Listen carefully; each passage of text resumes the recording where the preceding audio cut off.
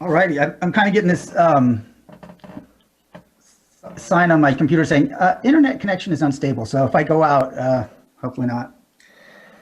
All right, I did prepare some remarks, and but first I want to address what Sheila Erlob had said. She said that two of us were going to go against the will of our districts, and she was referring to a non-binding survey of 900 people that was factually off by 17% on its prediction when it came to measure AA. So it's a sampling. It's anything but the will of the people. So with that, I'll get to my prepared remarks. So I've given this issue a considerable amount of my time. I've read dozens of emails, had phone calls, and several in-person meetings that were longer than an hour apiece. Anyone that asked got quality time from me on this matter. And when it came to putting my thoughts together for tonight's meeting, I saw that I had several ways that I could go. Anyone that knows me is well aware that I don't shy away from giving opinions. But I believe the mandate behind my election win was to move away from the narrow personal views haughtily delivered that was commonplace before I took over this seat. So instead of dissecting every aspect of this agenda item, I'm going to acknowledge that both sides of this argument are comprised of good people with good intentions, have made good points, and their concerns are worthy of being heard and deliberated on, which I'm sure all five of us have done for months. And I'm truly sorry that my vote tonight is likely going to disappoint a sizable part of the city and many of my friends. It's a fact that all five of us will be facing angry constituents when this is all over.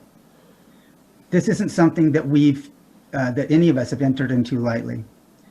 Understand, this is an evenly divided issue with neither side anywhere near an actual majority. No matter which way this is voted on, a third will be happy, another third will be angry, and the final third will be glad it's finally over with, saying, now let's turn the page. It's my desire to not add any more waves to this already tumultuous situation, and to lead by example in helping calm the waters in the wake of tonight's decision. So I will tread as lightly as I can, trying my best to avoid further roiling those that have a different opinion, while still giving you the logic behind my vote. A common misconception I've heard regarding the motivation behind my support of regulating commercial cannabis in Wildomar is about money, that it'll be a cash cow of new taxes rolling into the general fund. That's not it. Though from the emails and comments I've read, it seems that many people recognize that commercial cannabis will indeed come with additional revenues to the city, which would be used to boost our historically anemic budget. No, my motivation isn't about money to the city. My motivation is long-term, the end of the unregulated market and the criminal element behind it, while supporting the liberties of others. Is that unrealistic? I'm not suggesting that the unregulated market will go away tonight or tomorrow or next week or next year. It could take decades to kill off the unregulated market and the misapprehensions associated with the cannabis industry. But we need to start that journey. Let's look at the history of prohibition. It ended in 1933, after 14 years during which a thriving, unregulated market took root and flourished. I was born 31 years after prohibition was repealed.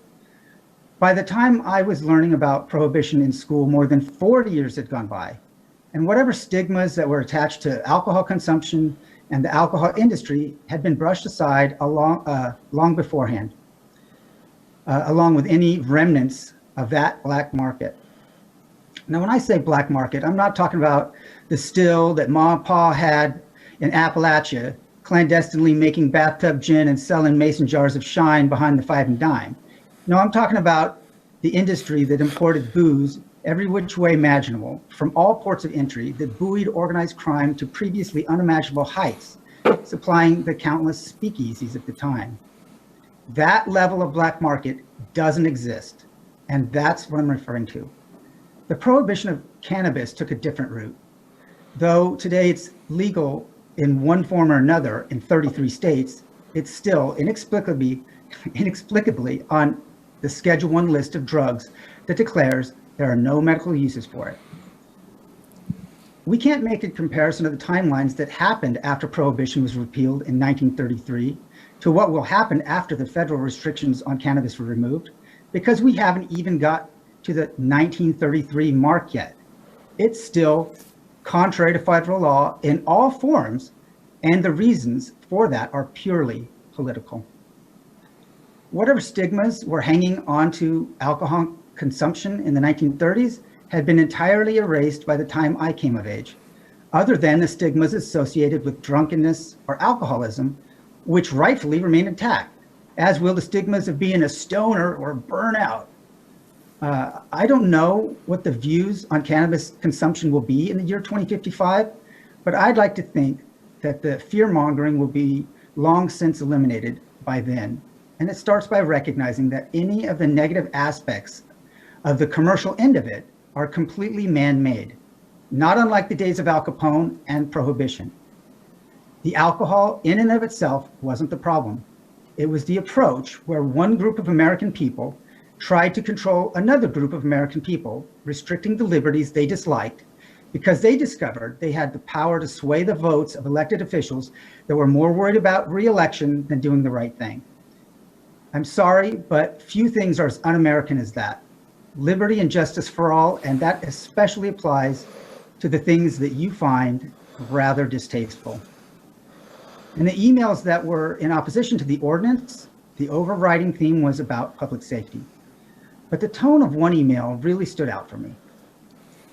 It says, "Thank you for those who have the future of our city in their best interests as they consider this issue. I know that my eyes have been opened as to who sincerely stands behind the citizens they represent." Now let's think about that for a moment. Those who have the future of our city and in the best interests as they consider this issue. And my eyes have been opened as to who sincerely stands behind the citizens they represent. I can't speak for the other members of the council, but I'm offended that anyone would think I would be in favor of anything that doesn't have the best interests of the community in mind on any level. Seriously, if I, for even a second, thought I was inviting a bad element into town, increasing crime, I would have nothing to do with this process. And I'm confident that no one else on the council would either. I hope I was good to my pledge and didn't add any more waves to this already tumultuous situation while still giving you the logic behind my vote.